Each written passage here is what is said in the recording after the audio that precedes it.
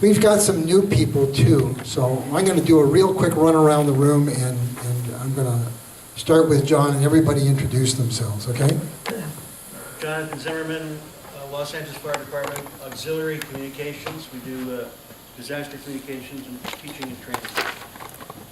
Warren Holden, CD3 Public Safety Coalition, formerly with the Tarzana Neighborhood Council. Bill Pope, Bar Vista Community Council, Neighborhood Team Bringer. My name is Bill Hopkins, Granada Hills North, EP Chair, also President of Southern California Preparedness Foundation. We're the ones that put on the Valley Disaster Fair. There's some flyers over there, also part of ACS. Dave Braun, North Hills West Neighborhood Council, EP Public Safety Chair, as well as the Preparedness Foundation. Deborah Lee, Harbor Gateway North Neighborhood Council, Community Organization Rep, and Emergency Preparedness. Rosalie Preston, Harbor Gateway North, Recording Secretary and coordinating our ham radio efforts such as the I'm Dennis Cosi from the Mountain Gate, Hillside, Bel Air Neighborhood Council. I'm Clarence Carter, I'm the co-chair of the Safety Committee in Venice. Hi, I'm Lenora, and I'm on the Public Safety Committee for the Arroyo Seco Neighborhood Council. Joe Swanee, Treasurer of North East Neighborhood Council. Colin Holden, I'm also an executive of Easter Seal, so awareness for people with disabilities is something I also do. Oh, I'm sorry, your name, please? Colleen Holden, Warren's wife. Now, why did you sit together? Because suddenly Someone's got to Starting trouble. Do your homework. That's funny. Hi, Suzanne Lewis, Neighborhood Council Valley Village, Events and Outreach Chair, and Sustainability and Emergency Prep. Hi, Paulette Stokes, Neighborhood Council Valley Village. I'm on the Renters Chair. I'm a sculptor and a graphic artist. Brian Frobisher, Glass Cell Park Neighborhood Council. Joyce Green, Tarzana Neighborhood Council. Okay, very good. All right. Made my little notes today rather than ad-libbing. Over the last while, we've been hearing about various things. We've heard about the 5-step program, about CERT, the ham radio emergency communication groups. We've listened to John with his plan for combining different modes of communication, different modes of radio communication.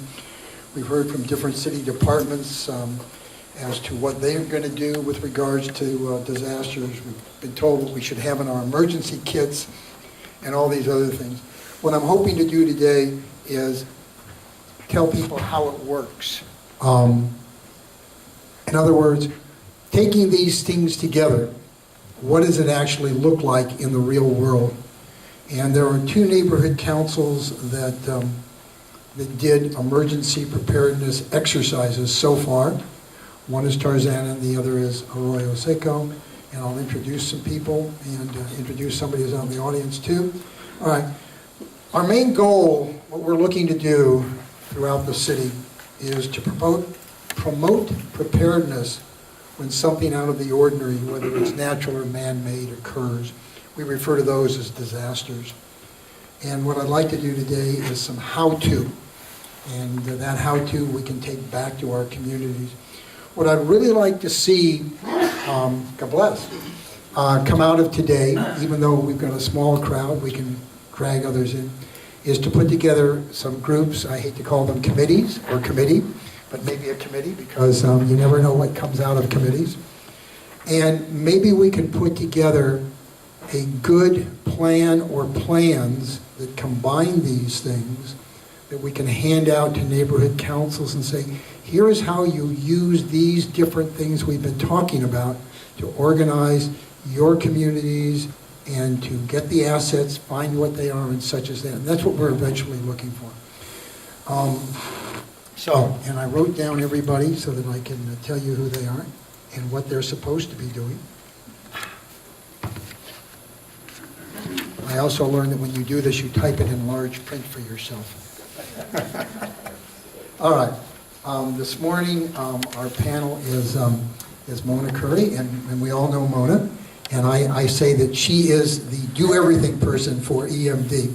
I know that she was even out at Porter Ranch the other day. As they said, everything is sealed up. I'm not sure if she was out there checking it herself, but she was out there helping. Yeah. We've got Captain John Ignatzik, I got that right, and he's the Disaster Preparedness Officer for LAFD. He oversees various programs that fall under the fire department. Elliot Durant from Tarzana, and Elliot was one of the people who helped plan and execute an emergency preparedness exercise in Tarzana. We also have the benefit of having Warren Holden here because Warren was also involved in that. As a matter of fact, these two gentlemen joined in a competition and were able to get the first emergency preparedness exercise out in Tarzana. So we'll hear how that was planned. And then we've got Ray Payan. Huh? Roy. I can't even read my own writing. And that was big type. And it's typed. Sorry, Roy. We've got Roy Payan. Roy is from Arroyo Seco Neighborhood Council. They have also done one of the emergency exercises. And I understand that something that Roy put together some years ago apparently formed the basis for part of the 5-step program to neighborhood preparedness. So we've got a pretty good group here. So we're going to start with Mona,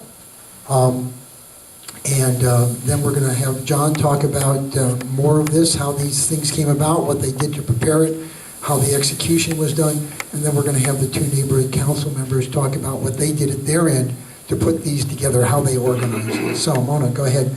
And if you want to grab one of the microphones, I know you don't need it, but it records it. Okay. I've got the recorder on this thing. Pull it out, turn it on, and come at it. Okay, is this good? Are you So, on? Are you yeah? on? Yeah. Now you're Yes. on. So good morning and welcome to the Emergency Operations Center. I know many of you have been here before. Who hasn't been here? Who's your first time? Only one person? 2, 3? All right, so you guys are kind of new. I'm just going to tell you a little bit about the building. This is our kind of a newer facility for us. We are very happy to be here as opposed to 4 levels under the ground, which is where we used to be. So that's the main coordination room. That's where we handle all the big disasters and events. The smaller ones we handle in another room called the management room, and that's where we handle all of our level 1 activations. So some of you do have coffee. We made coffee. It's in the hallway for your comfort. If you do decide to pour yourself a cup, make sure you put a lid on it. The bathrooms are out the door to your right. All right, so what I want to do today is just talk a little bit about exercising. Now, of course, you can't have an exercise unless you have something to exercise. Let's see if this works. It does. Okay, so this is information that you all already know. In the wake of a major disaster, guess what? You guys have to be prepared to help each other, right? Using that neighbor helping neighbor concept. That's the whole point of all of us being here. Because you know that our fire partners, our law partners, in the wake of a big disaster, they will not be able to come and help you immediately because we'll be here trying to decide what our priorities are going to be. And the priority probably won't be you and your home. It'll be something on a bigger scale. So someone like John won't be there right away to rescue you. So what do you have to do? Any ideas? Come on, everybody in this room knows. Be prepared. Be prepared on your own, for yourselves, for your families, for your own pets, and for your neighbors. And that's what this 5-step program is all about. All right, so once you do have a plan, once you have a plan in place, whether it is the 5 steps program or any other type of neighborhood plan, whatever it is, exercise it. Why? Because you want to test those components. You want to know if you'll be able to talk to each other during that disaster. So communications is always a big thing that you want to test. I know a lot of you folks are ham radio operators. I see some of our core people here today. Also, you want to test other things like, do you actually know what to do? Let's just say it's an earthquake. Does everyone in your family know what to do? So practicing that drop, cover and hold on, practicing evacuating, organizing as a team, as a neighborhood, role assignments, etc. And then, of course, you want to figure out if you guys really understand ICS, that concept that our CERT folks kind of teach. So who in here is CERT trained? Almost everyone. So there's a few that aren't. If you're not CERT trained, you might not understand what ICS is, that last point on the slide. I don't know if John will have time to go over that. Maybe he will, maybe he won't. But CERT trained folks do understand that concept. All right, what I want to do is just show you a little short news coverage of what happened in Tarzana. I think I need to do this.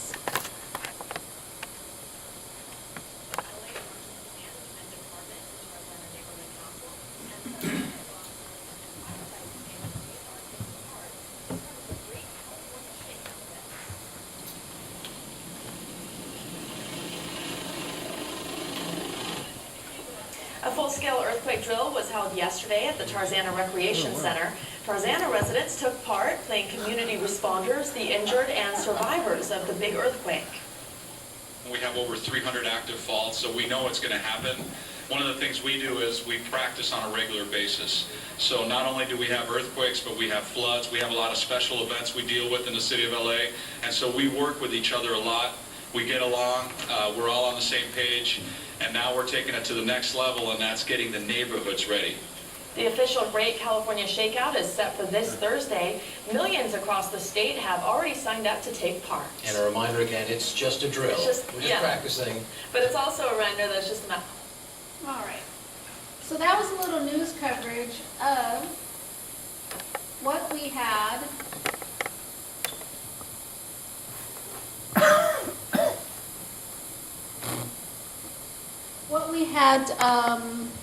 in 2014, 2 years ago.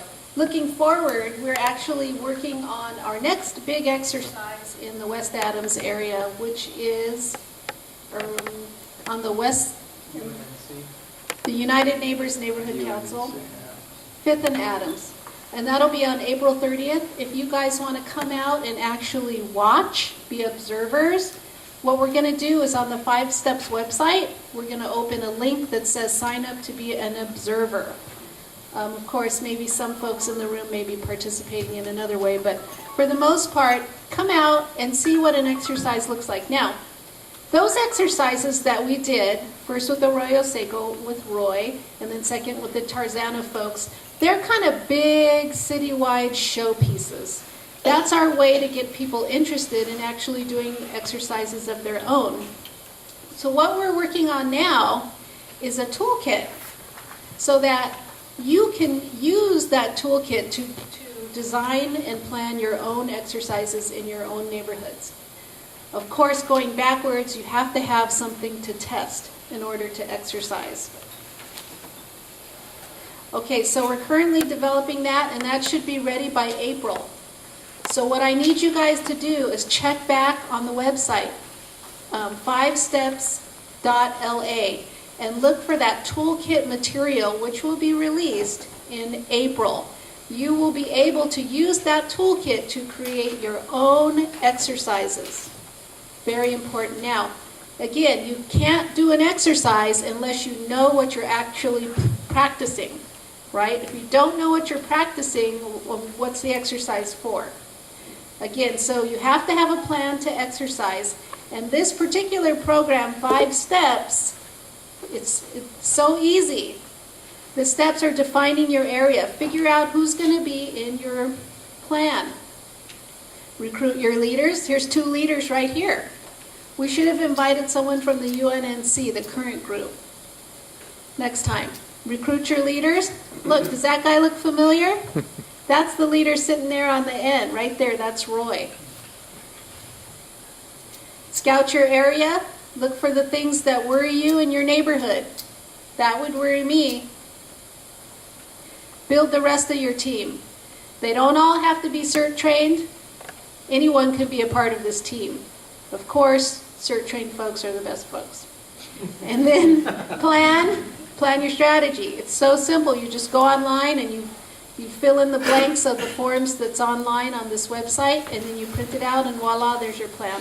Here's a little thing about ICS. The reason we use ICS in the 5 steps is because when our first responders do arrive, the folks who are conducting the neighborhood, who are rescuing folks in their neighborhood, they can talk easier to the first responders. It's just a smoother transition. It's seamless, really. Here's the website, 5steps.la. So many good resources here, and we're also increasing the languages. This year we're making a video in Korean. So we're trying to reach out to everybody in LA. Of course, it's a slow process. Okay, any questions so far? The program was developed in 2012, so we're almost 4 years into it, and we're still rolling it out. I've been speaking on a national level, and folks across the nation are actually using this program. I get a call, or someone contacts me probably about at least once a month from another city. The last one was about 2 weeks ago. Someone from North Carolina called me and said, "Can I use your program?" I said, "Yes." It's all on the website in Word. You can take off every reference to the city of LA and plug in whatever city that you're from. Use your own pictures, and it's perfect. So it's really becoming well known. And I just got notified the other day that FEMA wants to use it as a best practice.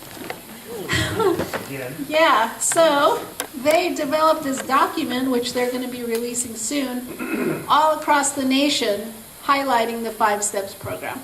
So we're very excited about that. Yay, right? Thank you. Once again, the city of Los Angeles takes the lead. Yes, I say that all the time. Do you guys know where CERT was born? Right here. What about ICS? California. Okay. I mean, we're the creators, right? They take our stuff and they run with it. And guess what? It's slow to move into those East Coast areas, because they're very prideful. But they do adopt it because, usually what we come up with is best practices. Any questions on exercising or anything like that? Okay, thank you very much. John?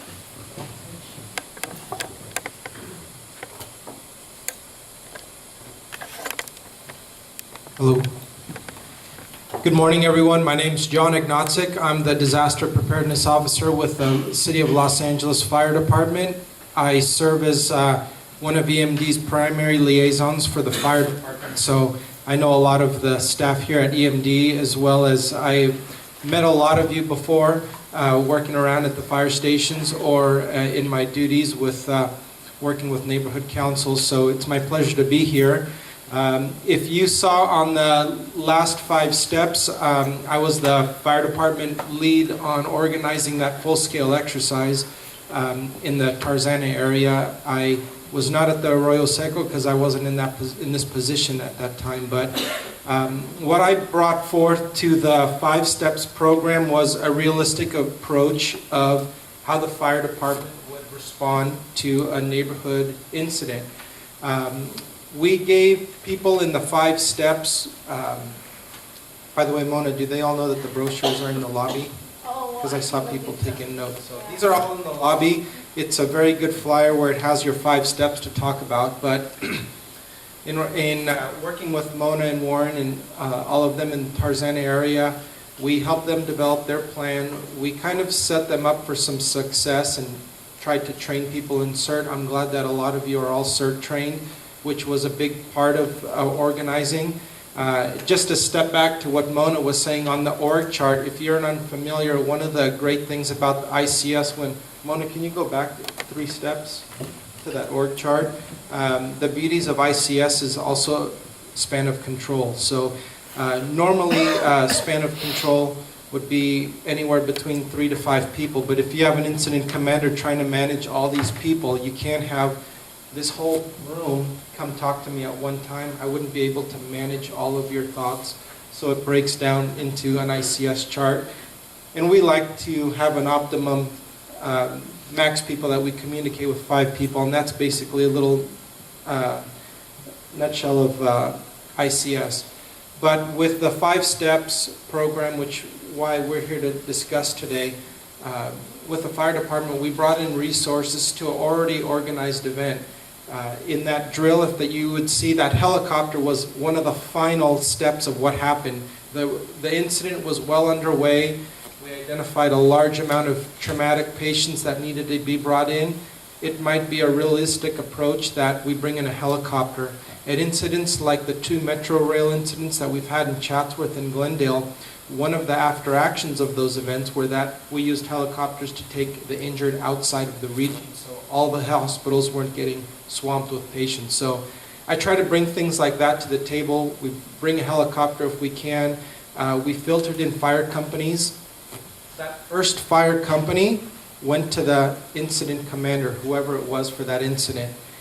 They identified themselves. They walked up to the fire department. The first company officer says, well, what do we have? Well, this is what we've been doing for such and such amount of time.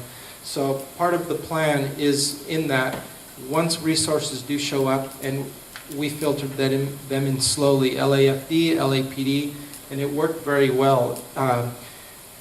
We role-played a number of hours that we had, that the community had, and then we role-played another couple of hours of working with the fire department. Civilians, CERT, sworn personnel, all working together. That's why I really like these pictures.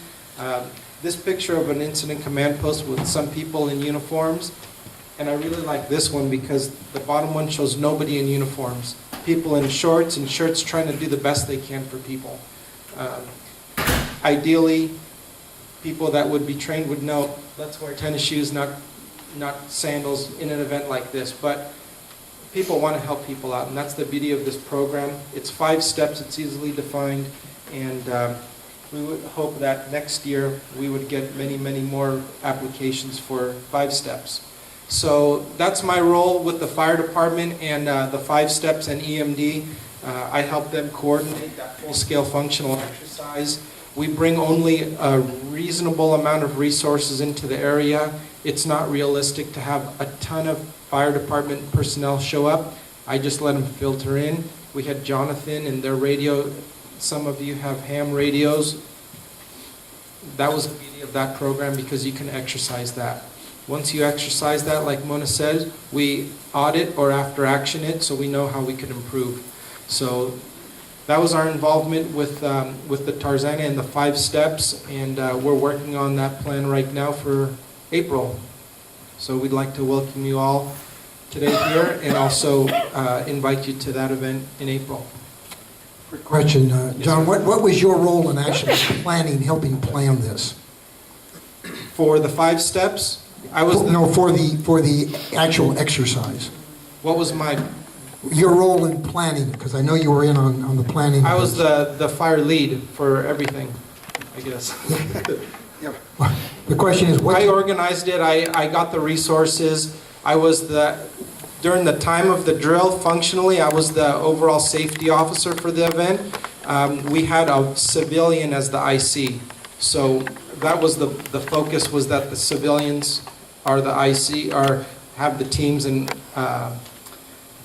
that's how that drill went. But as far as coordination, I was the main fire department lead for all the LAFD resources. And on a side note, we also provided training for those that were in the area because we want to motivate them to get trained. Did that answer your question? Oh, you could pretty much that, yeah. Because I know that I'm sure that our next 2 can talk about it. We had a number of weeks of meetings for actually organizing the community.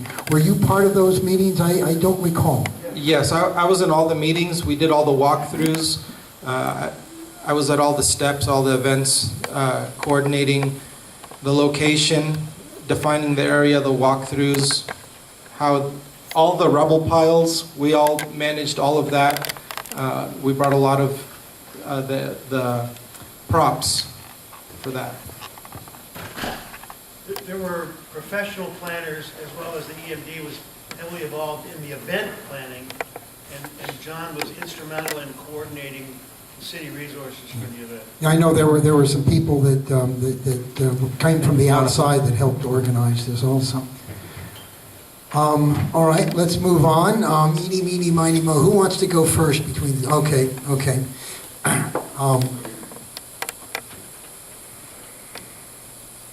Okay, you're going to have to learn how to turn that on again, Elliot. I think we're on. Very good. We're on. Good morning. Elliot Durant here. I was with the Tarzana Neighborhood Council during the very first event with my compatriot Warren Holden, who has stepped out of the room momentarily. And with that, it inspired us, and he helped us lead a CDC as well, which was putting 5 neighborhood councils together to work on emergency management. But as far as this exercise, how we came about to really try to inspire the neighborhood, which I want people to understand, don't get discouraged in the beginning.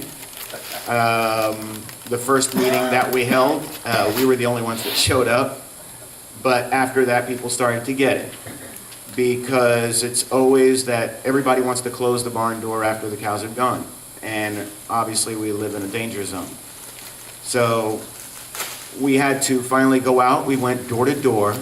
I went door to door, enlisted my children, Warren, we did all our friends, everybody. We went door to door, and thank God for this stuff, because you're able to download every piece of literature that you need for your meetings.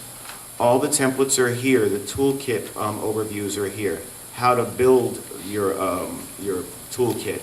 Also being able to get people to go to the website and see the 5-step video that's there so that they can get an understanding for it.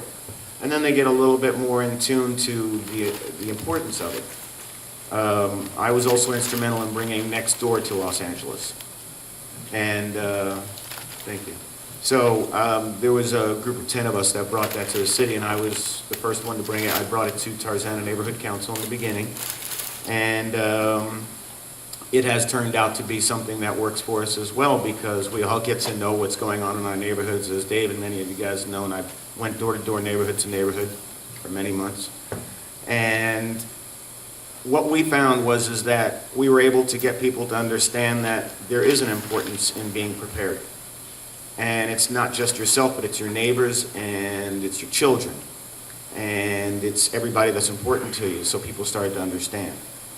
And then we were able to get them to finally look at the 5-step program and understand that they had to do planning and that we had to get houses in your block. So what we did was we went and got 40 houses to participate in that first exercise. And we were able to put stakes that they provided for us with the emergency management department and council. We put it in their front yards. People were very kind.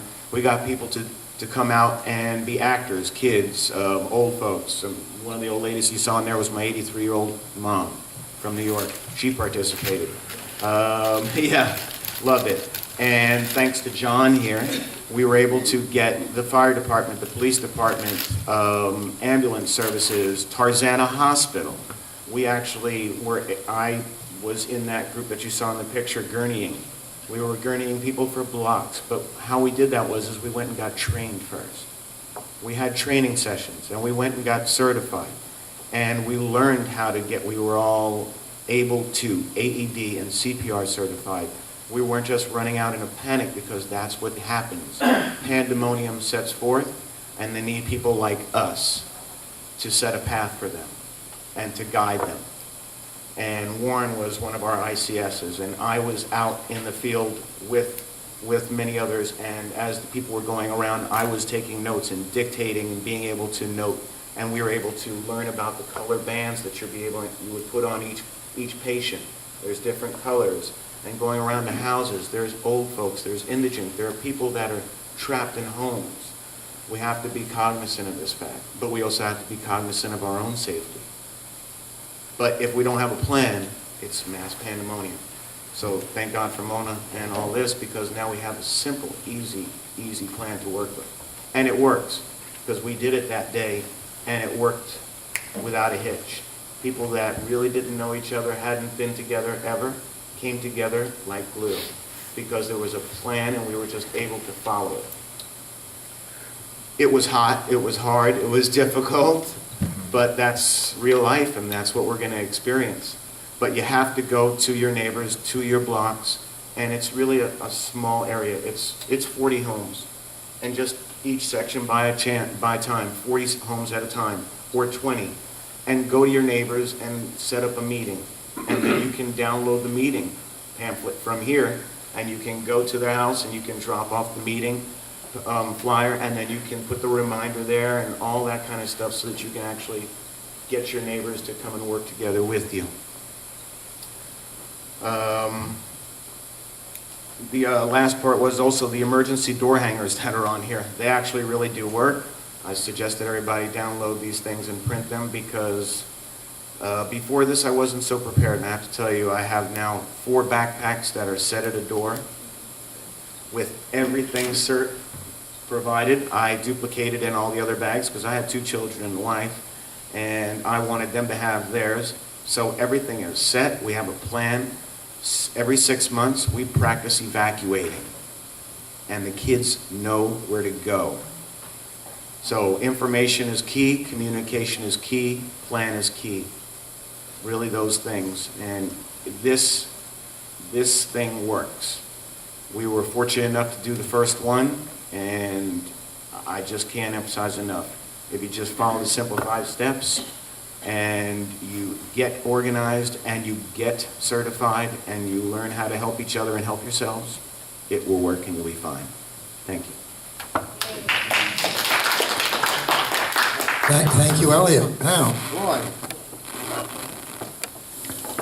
you're going to tell us what you guys did in Arroyo Seco to get yourselves ready and how you executed once you were ready.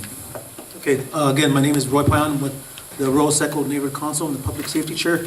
And the 5-SIS plan, when I was originally approached by Michelle Constance and Mona, I had written what we called in our community a CARE report, a Community Assessment and Risk Evaluation Report.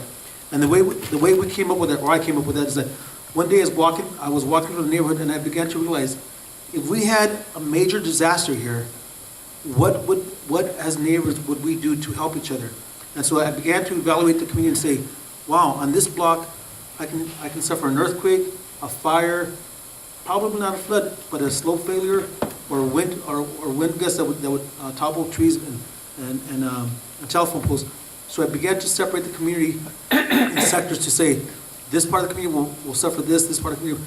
And doing that, I began to assess the community and say, these structures will fail, this structure will fail, the fire department's not going to be able to get to this structure.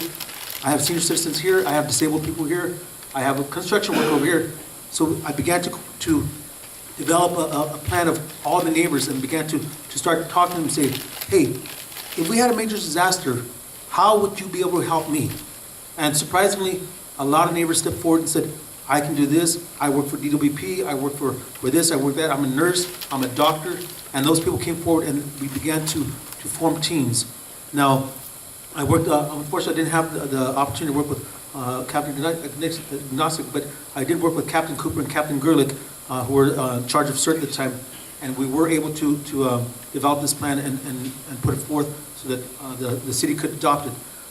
More recently, we've been working within Mount Washington and the Monterey Hills communities, and we've got to the point where we're developing a template to develop teams and team leads. We've been able to, in Mount Washington now, to create 9 block teams, basically 20 houses at a time. And like Elliot said, we go to the neighborhood and we talk to residents and we ask them, would you be willing to take a lead? Would you be willing to sponsor a meeting at your house so we can do this? And surprisingly, a lot of times we'll get turned down, but one person in the crowd will say, yeah, I'd be willing to do it. That person will most likely be your team lead. And then we start building from there. All right, team lead, can you find out in your community, in your block, just your block, who is the seniors, who are the disabled, what are the capabilities of this team? So then they start canvassing their block, and they came up with nurses, doctors, everything. That's the basic of their team. They don't all have to be CERT trained, but we'd like them to be. But we also train them about how to collect emergency supplies. When you have somebody who uses crutches, don't let them throw them away. Keep them. You may need them. When you have somebody with a sling, keep it. Don't throw it away. You may need them. Start building your medical kits. Start building your medical capabilities. We teach people. We have weekly radio drills. On the way here, I was with my communications officer. We were testing the capability of the radio from here to my community, so that in case of an emergency, he can reach me if I'm here. Again, doing weekly drills, so that way it enhances your capabilities and enhances your training. With the training, we always encourage, again, members of the community to become CERT trained. And as we start developing our block teams, we assign duties to each one. Can you handle triage? Do you have any medical experience? One person will become another person can become in charge of children. They're a teacher. Another person can take charge of seniors. Another person can take over a search and rescue. One person can take over communications. He'll be in contact with me, so then that way I can forward the communications over to the fire department. Again, we begin to assign duties to them, so it empowers them to say, oh, yeah, I want to do that. And as you're building your teams, that's what you should be looking for. Build leaders within that team, and then build some support for that team, for that leader. Get one person to back him up if he's communications. Get another person on the block to back him up. Another nurse, another doctor. Start building your teams. As they see what you're doing and where you start performing these mini drills, the other neighbors start saying, hey, I want to do that in my block. As I'm sitting here right now, I have a drill going on in Mount Washington. Next week, I'll have another drill, a triage drill going on in Monterey Hills. It's continuing because even though I may not be there, the teams are trained enough so that they can continue drilling on their own without me having to be there. That's exactly how you should be looking at it. You shouldn't always have to be in charge of each and every drill. You should empower them so they can hold their own drills. Like I said, right now in Mount Washington, I've got 9 full teams and 9 city blocks within Mount Washington, and we're expanding still. As of today, we hope to expand it to 12 teams, and then continue on that path to empowering all the other communities. I've got 5 communities in Arroyo Seco, and I'm hoping to build teams in each one and identify the leads in each one, because that's the only way we can empower the city. We can empower the residents to become resilient. Part of our structure and our teams is also not only to encourage people to become communications officers, but also one person can take lead on animals, another person can take lead on seniors. We're right now helping to write a supplemental training book for dealing with people with disabilities. I don't know how many people here know how to deal with somebody who's deaf, somebody who's blind, somebody who's in a wheelchair. That's the kind of stuff that we have to train for. And as we move forward, I hope to make this book available to all CERT members, so that as we move forward, we'll offer you guys a supplemental training, so that way you can deal with those kind of obstacles or those kind of problems within your community. But I look forward to keep training with you guys. If you guys have questions, you can get my information from Mona. You're welcome to come to our meetings. Right now, I'm working with Battalion 2, in which we've invited all the neighborhood councils within Battalion 2 to take part in a competition in which all the neighborhood councils will contribute some money. We'll start building teams and training teams, and then enter into competition with the top winning team winning a prize of radios and maybe a generator and uniforms. But again, I encourage every neighborhood council to start building some teams and compete with each other, because that's how we strengthen our training and our teams. Thank you. Okay, let's see if we can. I have a question. Yes. Okay, Mona, go ahead. Turn it on, because we're still recording. Just your mic. My question is, are there any vacancies in your neighborhood? Because I want to move to your neighborhood. I've got plenty of seats available. That was it? Okay, I'm gonna ask, just before we get to that, I'm gonna ask it to either, I'm gonna ask both Roy and Elliot, what barriers did you encounter while you were trying to get these organizations going, or the exercise going? Did you run into any barriers, and if so, how did you overcome them? Elliot, I'll let you go first.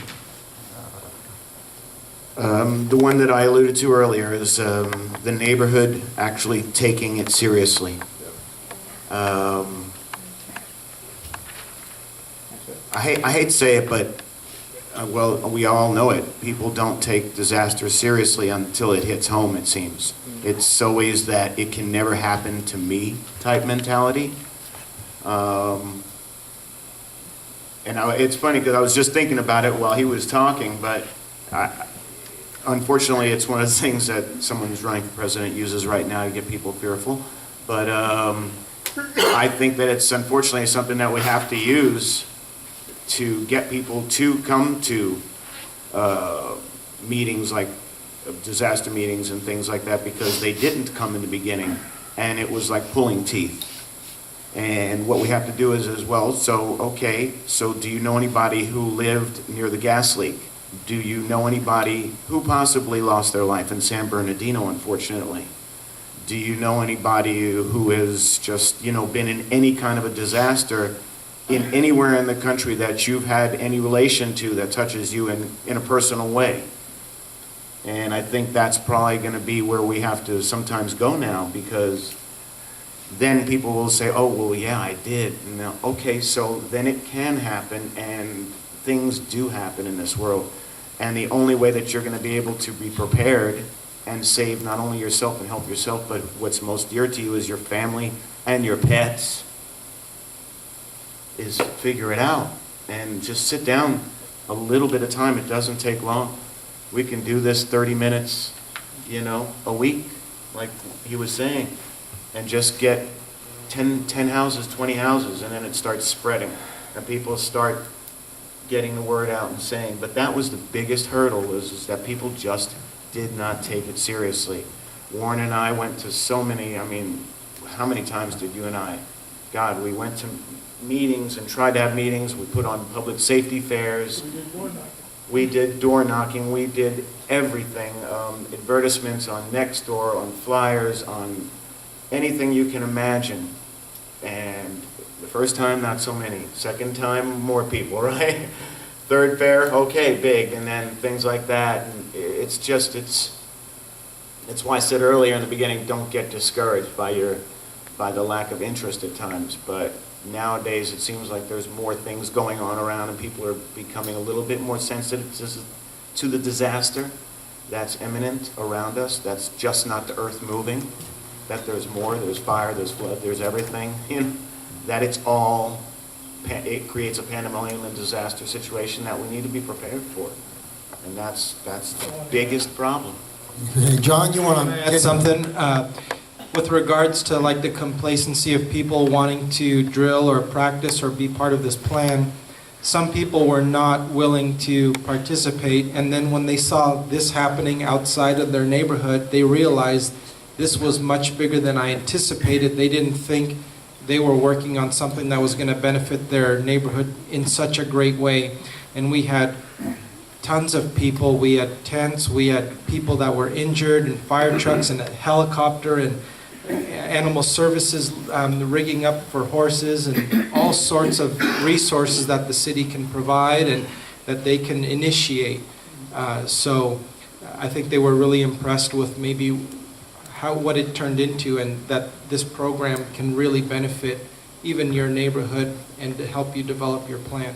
It did bring people out of their houses, though, which weren't involved that day, which was interesting. Roy, what have you got to add to that?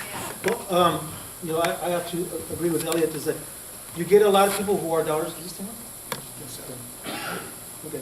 We do get a lot of people who are doubters. In building up the first teams, I would get a lot of people say, nobody's really interested in it. You're not going to get any help. And it's funny because as I began to build my team and we began to drill, as we did our drills, other people would say, the very same doubters who wouldn't participate to begin with, can I join up? Sure. You want to become CERT trained? Not really. Well, you have to be CERT trained to join our team first. And so they began to take the training, and then they became some of the strongest advocates that we had. And again, those doubters are now some of my leads in my community. But also with that is that as you start drilling, be cognizant of the people who are around in the public around there that are looking at you, and walk up to them and say, hey, would you like to be a hero or a victim? You can do either one of them. We need heroes and victims right now. And you got to remember, we live in Los Angeles. Everybody wants to be an actor. So, yeah, they're going to be heroes, they're going to be victims for you. And they will ham it up, I guarantee you. And that's how I'm able to recruit. When I go around to the communities and I talk to them, when I go from door to door, I ask them, hey, what do you do by chance? Tell me what you do. They'll tell me, and I'll say, hey, you work in construction, would you be able to help out on our searching? Because I can use somebody with your skills to work on our search and rescue. You're a big guy. Hey, would you like to work on our search and rescue team? You're a nurse, can you be a part of our team? And they love it because then they can role play and they think they're on on TV or like Doogie Howser or something, but they're working with us. And again, I get a lot of dollars. When we had the drill in Montecito Heights, part of the Roseco, I requested a helicopter, and everybody kept saying, no, you can't do it. No, they're never going to give you a helicopter. Even Captain Gerlich said, no, we can't get you a helicopter. I turned to Captain Cooper and said, Cap, I need a helicopter there. I need this thing to be realistic. And he said, wow, you're asking for the world. I said, yeah, I am. I'm not Moses. I'm not asking you to part the sea, but I want a helicopter. And he got it for me. So, again, don't be afraid to ask. All you have to do is ask. If it can't be done, it can't be done. But most likely, people like Captain Agnesic, they'll come out and they'll push for you. Start building your teams. Start encouraging your community, your leads in the community. Start building up leads in each block. Start building their own teams. And they don't all have to be large-scale exercises. Like I said, I've got nine blocks right now, which each block or a team on each block, and they're doing drilling, not big-scale drills like we did before, but again, they drill within themselves, and that's good. That's what I want. I want them to start building their resilience. Can I just piggyback? Yeah. Can I piggyback on, oh, I'm sorry, you first and then me.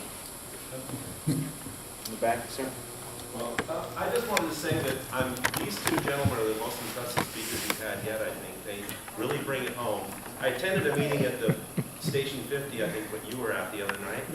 They didn't even speak on some of the stuff they did. They have a Coptic church near them that volunteered their parking lot for the drills and in case it really happens. They devised a plan. They figured out it didn't even really work bringing everyone there, so they subdivided it down to little blocks.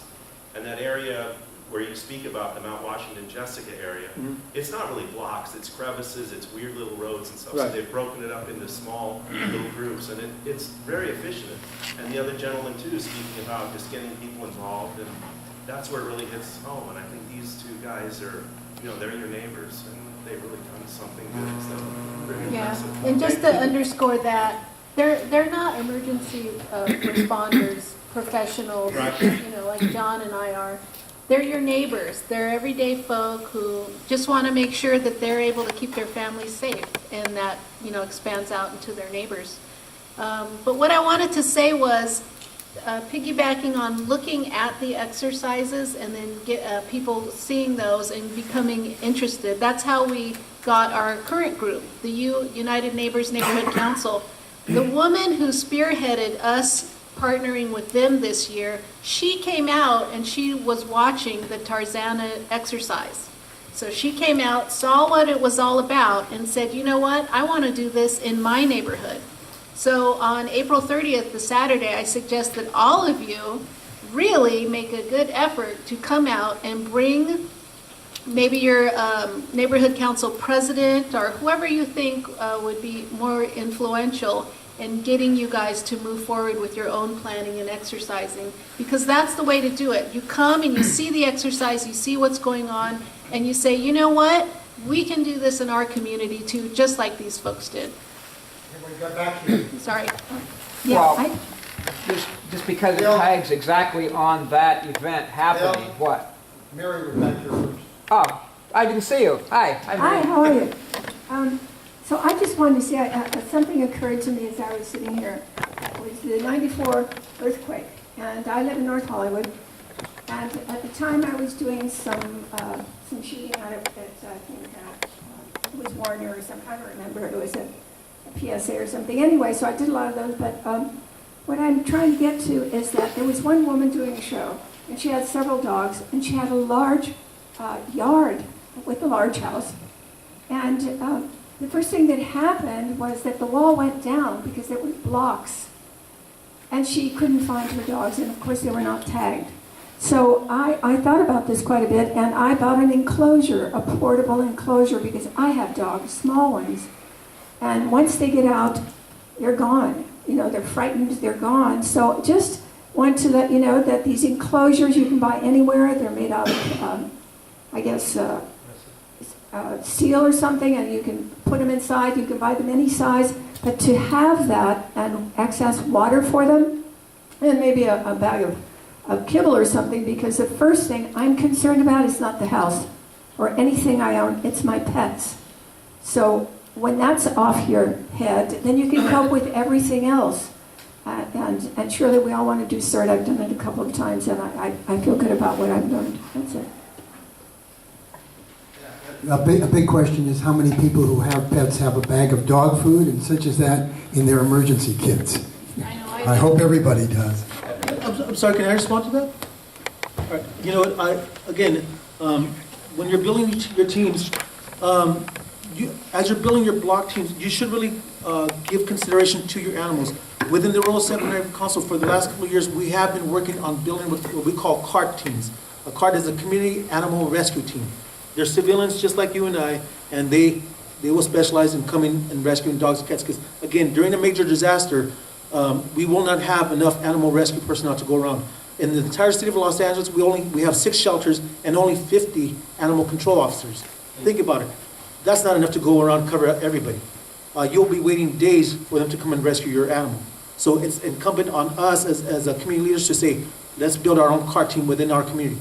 The community animal rescue teams, they should be able to have food and can openers and treats and collars and leashes, everything within their backpack to help you rescue some animals. And like she said, maybe some temporary sheltering so that way we can keep the animals in there safe. Because as you're doing your drills in the community, consider those animals. You should have a component of animal rescue within your drills. But by the way, I just want to mention, before I forget, and I'm going to send it out, Tom is videoing everything, and we've got 2 of them up on the web now, and I'll be getting out the addresses. The rest of them will go up so that anybody who's missed meetings, we do have them recorded, and we're going to have them up on the web at the same time. Just want to remember. I'll send out the addresses, and I'm going to start here and work that way. Bill, you had something. Go ahead. Just wanted, with the neighborhood council drill that they're having that morning, when it ends about a half hour later, a couple of blocks away, they're also going to have an emergency preparedness fair, which will have exhibitors, vendors, things like that as well. So you get 2 for the price of 1. You can go in the morning, either be a victim, be an observer, play with that gang. Then when you're thoroughly rested and come down a couple blocks, I forget the name of the park, but they're also having a preparedness fair there as well with exhibitors and information and contacts and things like that. So it's going to be basically a full day of events available. So do take advantage of it. I'm sorry? Is that April 1st? Yeah. Yeah, the event is like 8:30 to 11, I think, roughly. And the fair essentially starts like 30 minutes later to give people a chance to calm down a little bit from the preparedness drill, and then go talk to some of the exhibitors, vendors, personnel that are there as well, get other information. Thank you for adding that. Okay. Do we have a list of vendors on your website?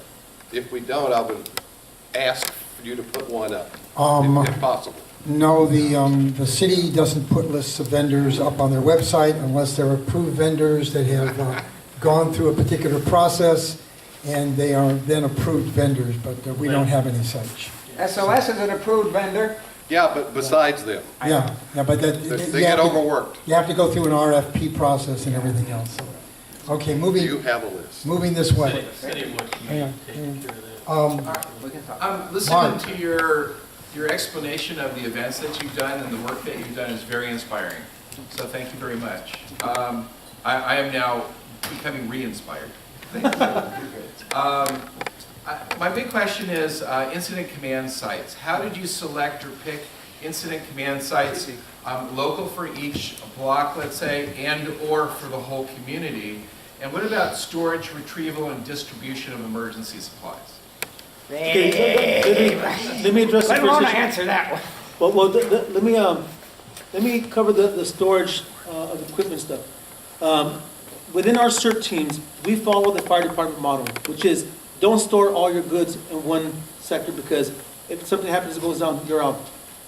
We distribute all our equipment within several areas of the community. So this way, we've been able to raise funds to buy stretchers, medical supplies, bunch of different equipment. We don't store food and we don't store water. And the reason why we don't do that is because we don't want to give the perception that, hey, when an earthquake happens, we've got food and water for you. Because when something happens and the community shows up and you've got 11 cases of water and you've got 3,000 people, it's not going to look very good for you. Encourage people to store their own water, their own food. You want to store equipment? Fine. Store radios, store stretchers, things like that, and distribute them amongst your team members so it's not in one central location.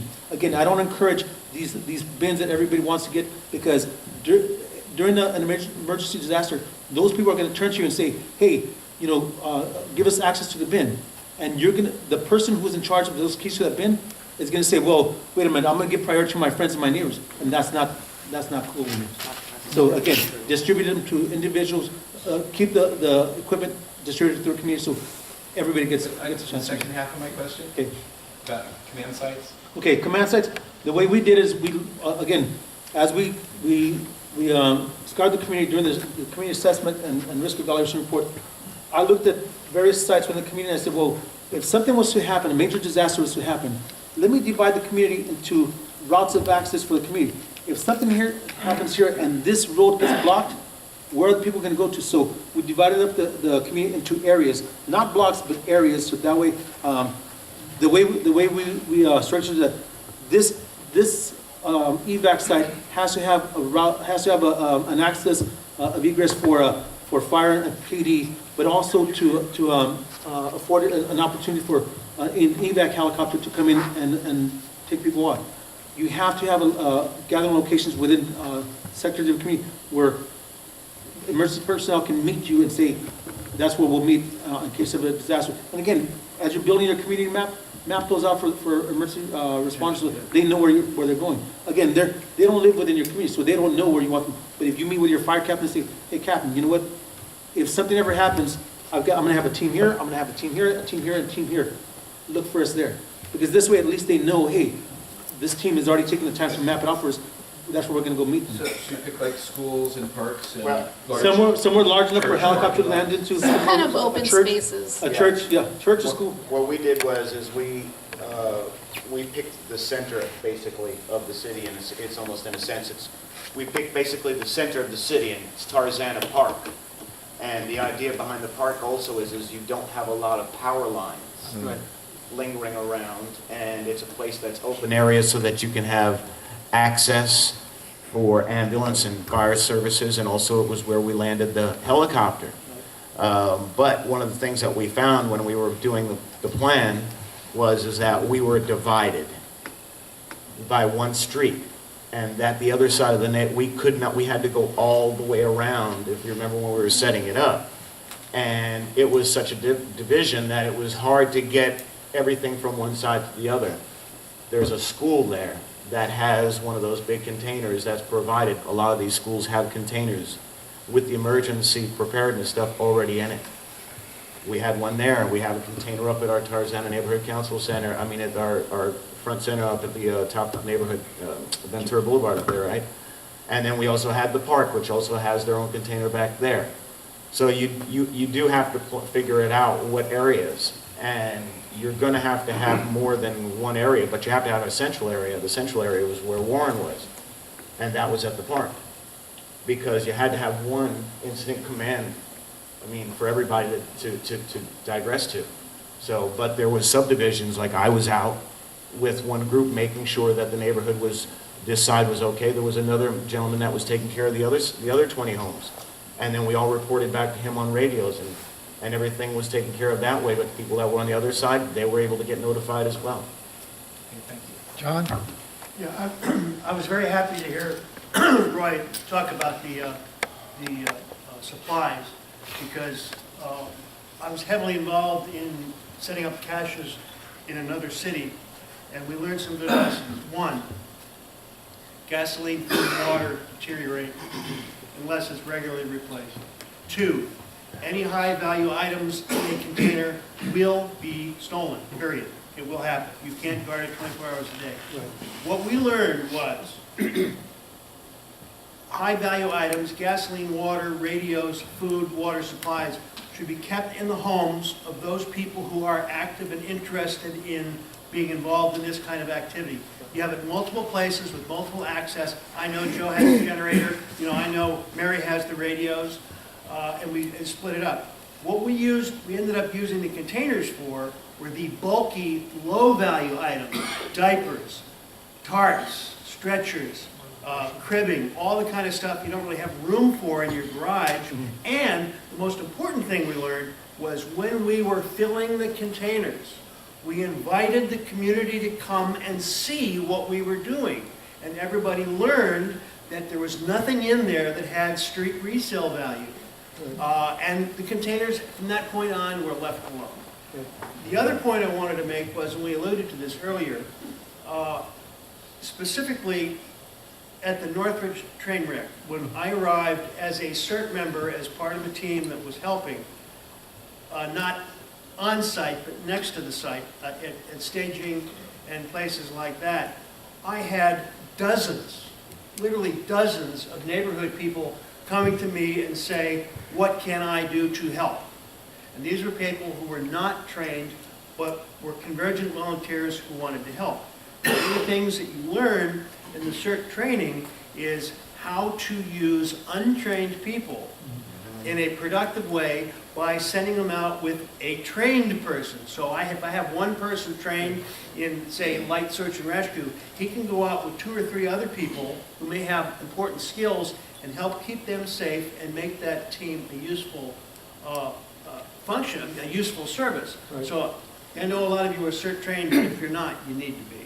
It's really important.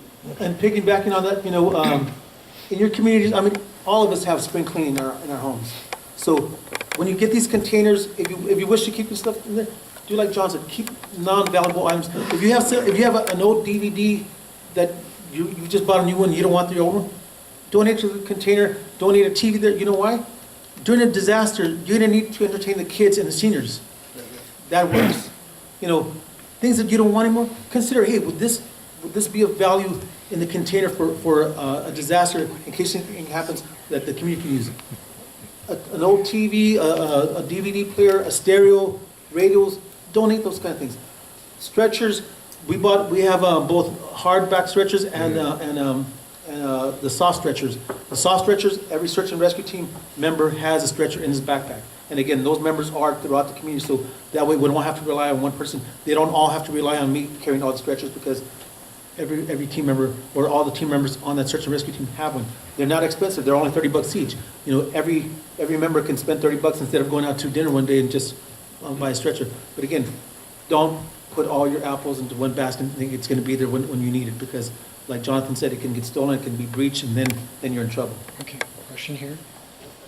I got a couple. My neighborhood did this 5-step plan 30 years ago, before it was a 5-step plan. So we have some experience. When the Northridge earthquake hit, we had all of our supplies out at blocks, individual blocks. We didn't have enough people and homes, like what you were suggesting. We didn't have enough people come out of their houses to actually build the cache of equipment that was needed. So we've now gone to a central storage place. We're lucky that we have a ball field in our neighborhood where we put up a 10 by 20 storage container and then put everything there. But that doesn't happen all across the city. Now, you mentioned having storage containers at school. I've been told that you can't do that because the school goes into lockdown. The schools have their own, but you can't get access to it. And you can't get access to it. Right. So we got this kind of a problem. And I don't know of a solution to it right now. And so that's one thing we need to work on, is where can we store this stuff? The question I have is, I've heard a nasty rumor that the city no longer lets neighborhood councils use the grant money to buy emergency equipment. It's been for a long time. What's that? That's been for a long time. It's been a couple of years. Okay. Is that going to get changed? Okay. You're tying our hands. We have met, actually, it was probably about two or 3 months ago, 2 months ago. there was a meeting that the city attorney had, and they wanted to speak with the emergency management department, with the fire department, and with Dunn. And I think there was a council rep there from some council district, I can't remember which one. But there was this general consensus that neighborhood councils should not be allowed to use their funds to buy supplies and or store them, because at some point, I don't know where or how, the city attorney's office was under the assumption that emergency response should be conducted by the professionals, and leave it to the professionals to do all the responding. So our main goal at that meeting then became trying to help them understand that emergency preparedness and response is everybody's job, because that's our main message. We can't come and save you, you have to save yourselves. So that was really kind of the basis of the problem. And I think we've kind of changed their thinking a little bit, but then there were these other issues that had to be resolved, and I think that this is a good forum to kind of work through some proposals to send forth. That it's not the emergency management department that's holding you back. It is not. But it's the city. It's the city as a whole. We have to fix these problems because you're tying our hands. Okay, there's, I'm not going to go into everything, but I'm going to have to get some people together from all over the city, and I have something that we're going to work on. It may or may not be successful. One of the main problems is the city attorney talks about liability, and they don't want to take on that liability. And there is a way that I think they will take on, because they have already done so, but I'm not going to get into it. I've talked to Jim Featherstone, who's the GM of EMD. I've talked to some other people, and I'm going to start trying to move along a particular line. We'll see what happens. But I've got Warren, I got a question back here first. I'm just curious as to how much communication with, let's say, the fire department as to where your locations are for your meeting points in the case of an emergency. And is there any thought of maybe having a position on the website where, if in the case of an emergency, that we would know where if first responders came in that particular community, can find anyone where they're meeting? Would that information be available, like say, on the website or something like that? Well, each disaster situation is different. So, you know, you might have said, let's meet at this school, but then the school is red taped because it's collapsed. So you can't be really put on the website immediately during a disaster. That kind of stuff has to be worked out in your plan. So here's our A choice. If that choice isn't available, we're going to B. And then you can communicate that ahead of time with the fire department, but it's not like we can populate something on a website real fast during a disaster. It's not going to happen. In the Tarzana drill, we did an earthquake scenario, and when we have a large scale, or when we have an earthquake in the city of Los Angeles, the fire department goes into earthquake mode. We exit all the firehouses and we survey each district. We have a pre-designated routes that we inspect. In the Tarzana Neighborhood Council drill, the building that they went to, their defined reunification center for the group, was one of the areas that the engine would do a drive-by at if they didn't get communicated that that was a location. So when we deployed the fire engine, we deployed one fire engine as if they were doing their drive-by, and they came across this scenario of what was going on, and it developed from there. So that was one of the realistic approaches to that drill that we tried to do, just provide one company, whether it was an ambulance or an engine, doing their earthquake mode drive-by, and then they report what was going on. I was just going to add, to it. One of the things that we've done is to make sure that our fire department within our community understands where our meeting locations, reunification locations are. So they're already kind of aware of and the different disasters where we would meet. So that might be something that you might want to think about. Yeah, we're very fortunate in Tarzana. One of our bins in a good relocation area is immediately across the street from Station 93. They haven't got far to go. I'm going to get one back here and then come up further back up. One of your possibilities is that you would never be contacted for days and days by anybody from the city too, possibly, right? I mean, it got really bad, and actually the more and more things that organize like this, the less resources are going to be available for each one too. So it's an interesting scenario, and I guess you kind of have to plan on nobody's going to help us for days, and that's why you have your own stuff together. We have a homeowners group up on top of the hill off the 405. They consider they wouldn't be contacted for 10 days. And they've chosen that to be their number.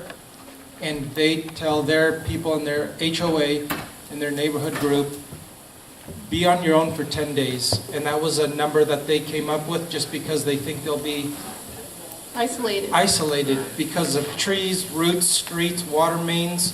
You know, they want to open up, main avenues or freeways before they open, Sycamore Place or that little offshoot street. So they're taking a realistic approach, and that's what they determined we should shoot for. 10 days of water, 10 days of this for your animals, medications and all that. Warren, but that was a good point. The thing I wanted to talk about, the gentleman left, but when he was talking about spreading out the emergency supplies throughout the community, I wanted to find out whether or not he was using a mixture of homes and bins, or what was most effective there. But beyond that, when you're talking about the neighborhood councils not being able to buy emergency supplies, you had come up with a scenario a few meetings back about nonprofits being able to do that, so it bypasses the whole thing of the city. And that is a really interesting thing, because we're trying to affiliate with Bill and other people who have groups and who have nonprofits to be able to do that, and then simply gift that in some way to the neighborhood councils, because there's monies out there to do it. They don't gift it. As you know, in Tarzana, our community center has a Conex box, and it's full of supplies. And the box was bought with funds donated by the neighborhood council, and the supplies were bought with funds donated by the neighborhood council through a grant. We didn't tell them what they had to do with it. They asked, they did it. They're in charge of it. It's theirs. They have the key. It's on their property, and they're the ones that administer it. So that is one way to do it, but we are working on something else. Are you saying the community center? The community center owns that box. They own the supplies. They're responsible for replacing the supplies and everything else. Yeah, the one there. Yeah, quick question. I've been trying to figure out the most effective way to put this stuff in front of my neighborhood council to get them to start acting quickly. Do you guys have any video clips of the EP event from before, that, like a 1-2 minute segment that I could show people while narrating to have the best effect? The video. He came in late. Oh, okay. Before you came in, we did show a 1 or 2 minute little YouTube video, which was a news clip showing footage of the last drill, the Tarzana drill. Well, yeah, I saw that. Actually, the news clip might resonate. So. Yeah, and then if you just type in 5 steps exercise, it should pop up. And isn't there a video on the Yeah. website itself? And we have another video that helps people Yeah, get interested. There's a 12-minute version and a 2-minute version. But the news clip is like practical. Yeah, Right. she has the The video just in back of you. Yeah, just behind you. There's the just-in-time training video. It's behind you with that lady's holding She's up. showing it to you. And you can go to the website. You can go to the website and download the video. Excellent. And Bob, you had it. And by the way, our publicist here, if anybody's interested, you can pick up a copy of the Coastal San Pedro newsletter and look at the back page with a very nice article on emergency preparedness and such. And then we've got some here. Bob, go ahead. Yeah, you want me to talk without the mic? Not a problem. You had a question or something? Yeah. Well, first thing is, Len mentioned the newsletter where there is a relatively short description of how neighborhood councils will begin to participate in emergency preparedness. If you want to use it in your own newsletters, feel free to. If you want an electronic copy of it, just send an email to Lynn, because everybody has his email, and he'll forward it to me, because he's good at that. Second point, this organization, or whatever it is that we're doing, has the name Alliance in it, which is representative of neighborhood council organizing. And we might want to take this to the next step and have this Emergency Preparedness Alliance at least make it known with a wink and a nod, or with a resolution or an informal straw poll, that we want the LA Neighborhood Council Coalition, the Valley Alliance, and so on, to start communicating that it's time to cut through the red tape. What I've heard in 2 or 3 successive meetings now is that there are rules that the city attorney has put up, that Dunn enforces, that neighborhood councils can't buy supplies and so on. Time to cut the red tape. Yep. And it's not impossible. My suggestion is that the mayor and the city attorney could sit down and they could solve this in 20 minutes. Maybe 10 if they really were interested. And so there should be a time limit. Why is it important that there be a time limit? Because the fiscal year will be beginning for neighborhood councils as of July 1. So wouldn't it be a good idea to start putting emergency preparedness supplies into all of our budgets? And how about having Dunn give us a template on that, about how to do it, and by the time July 1 rolls around, thereabouts, we will be ready to start putting things in place, or at least to start passing resolutions to allocate that money. Thanks.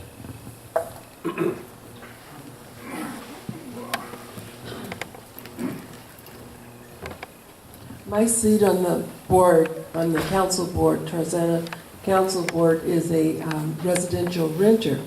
So you said that on a block of 20 homes have at least 3 or 4 teams. How many teams would you consider would be appropriate for a block of apartment buildings and condominiums? Or one in each building? Okay, thank you. Actually, can I answer that? We have the same problem going on in Monterey Hills. Monterey Hills is a community strictly of apartment buildings, all condos, all separate units. So the biggest obstacle there was getting the HOAs to let us go in and start recruiting. They had these rules where we couldn't go in there and knock on their doors or even leave them flyers. So I had to start standing in front of their buildings, and as people came home, I would literally ask them, would you like to become CERT trained, and begin explaining to them the reason why. So to this day, like I said, we're going to have a drill there next week, Saturday, February 27th, in Monterey Hills, and we began to build the teams there. The way we're doing it now is that we will build whole teams within one building, but separate individual teams within floors. We've got 25 to 50 units per floor. Each floor will begin to have their own team, and then fall into the auspice of one incident command for that building. So it's possible, it just takes a lot of work. Can I add to that? If you can look at like the org chart here, with the fire department, we get told by apartment buildings, well, I don't know who's going to be like our team lead, like Roy had mentioned. Well, the manager is a manager because he has that personality that he or she can lead. That would be a starting point. And I've had the same thing from a big group of condos. Well, I just live here. It's all separate, and they have an HOA. There's an HOA president. There's the person as well. So it breaks down to basically the same style of concept. And then on your floor, if it's a large 25 units, you'll have your floor warden who kind of runs the show on that floor. There's your person. So you've broken it down from your manager to the floor wardens, and you get your individual team. So we do get some positive feedback from that with fire department, especially in very large, dense residential. Okay. If you're looking for promotional material, you can go to the FEMA website or Citizens Corps or Google CERT in Action, and there's some good videos on that. if you're looking for printed material to get people's announcements, you could go to my website, which is hilltophero.org, and on the documents page are some newsletters that I used in my neighborhood to get attention. I also have a video that I put together of earthquakes in Japan that is timed to be 3 minutes and 20 seconds, which is what USGS says the big one's going to last. I'll try to get that up on the website, but it's like 30 megabytes, but it gets attention. What is the website? Hilltop? Hilltophero.org. All one word. I wanted to ask that for a neighborhood that doesn't have a park or a church parking lot, would the intersection, the T intersection of two streets, would that area be adequate for a helicopter to land? No. Not necessarily. If it's a fairly wide. Well, you need to identify the reason why there would be a helicopter. Power line. Yeah, power line. You want to identify the reason for a helicopter to be landing there. That might be an area where you've defined to get your team together.